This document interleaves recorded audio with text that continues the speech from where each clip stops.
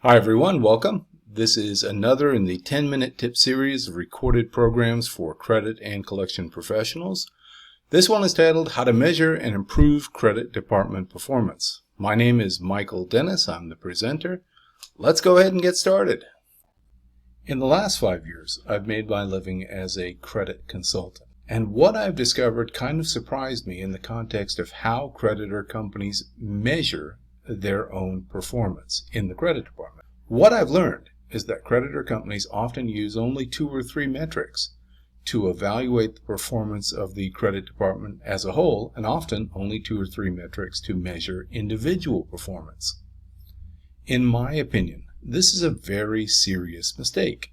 Today's presentation examines various ways that we can measure performance for the credit department as a whole and various ways that we can measure individual credit team member performance.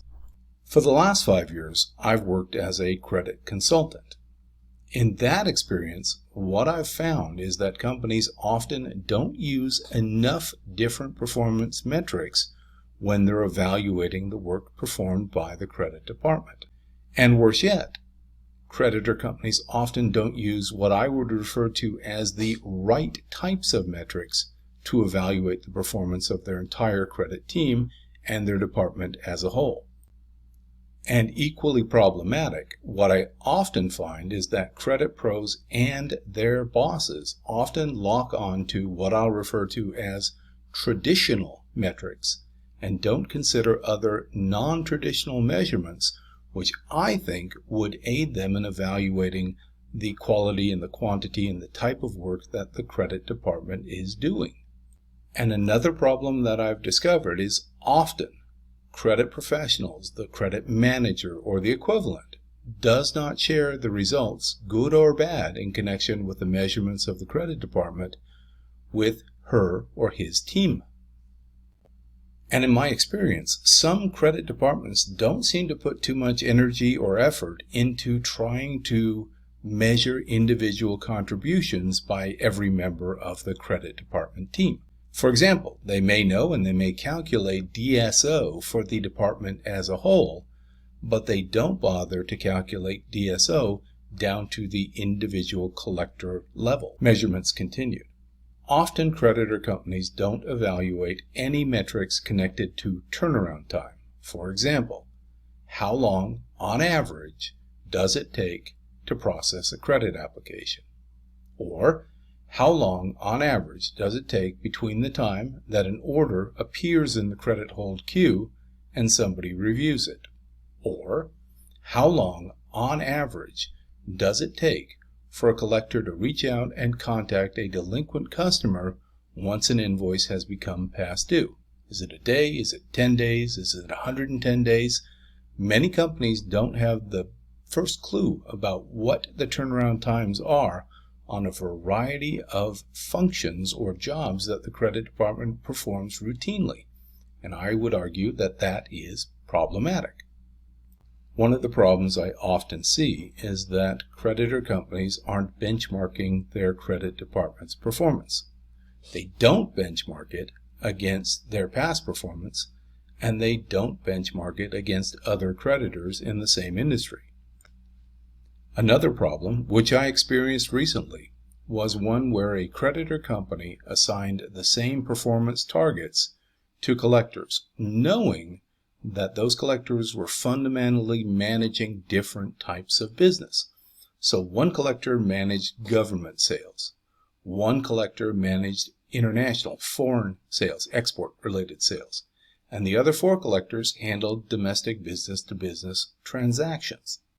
And knowing that the performance would be vastly different given these different business segments that the collectors were individually responsible for, nevertheless, they all 6 had the exact same metrics, the same measurements, the same goals, the same targets, the same KPIs.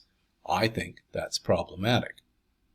Here are some of the more common metrics that are used by credit departments in the U.S. Most companies calculate DSO, even though DSO is not always relevant as a way of evaluating the work performed by the credit department. Some companies calculate DDSO, Days Delinquent Sales Outstanding. Another common metric is the average number of accounts on hold. Typically, that's done at month end as opposed to an average. Another is the average time needed to review and approve orders on hold. That's typically measured in minutes, by the way. A very common metric is to calculate the percent over 30 days past due and the percent over 60 days past due and the percent over 90 days past due. And very typical also is to calculate bad debt losses as a percent of total sales. Here are a few uncommon metrics that, in my personal opinion, creditor companies would be well served to consider adding to the types of tools that they use to evaluate credit department performance. So here's an example. Average time to process credit applications. That would be something measured in days. The average frequency of credit file updates, also measured in days. The turnaround time for evaluating customer financial statements, in days. The turnaround on requests for higher credit limits, also in days. And the average time from order arrival in the credit hold queue to its review.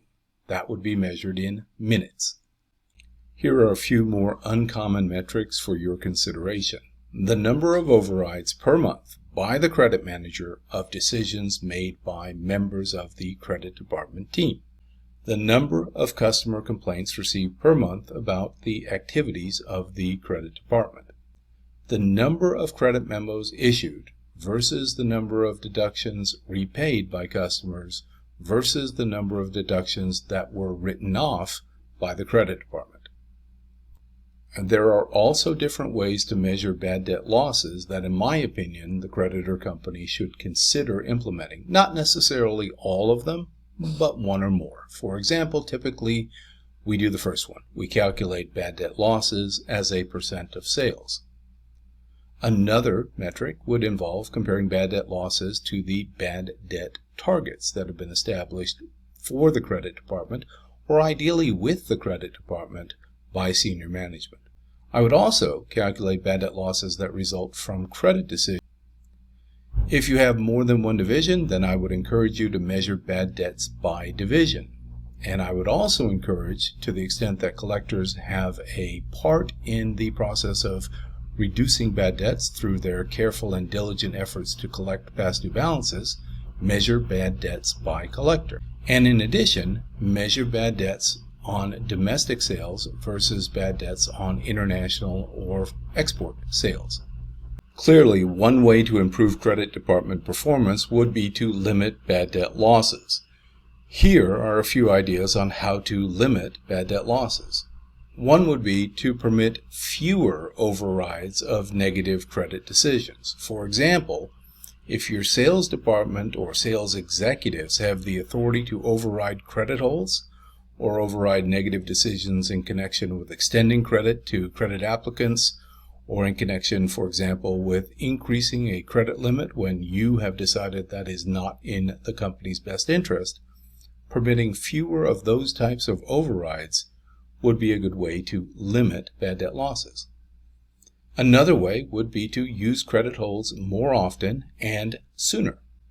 Another way to limit bad debt losses is to make sure that you have established an appropriate credit limit for every active customer.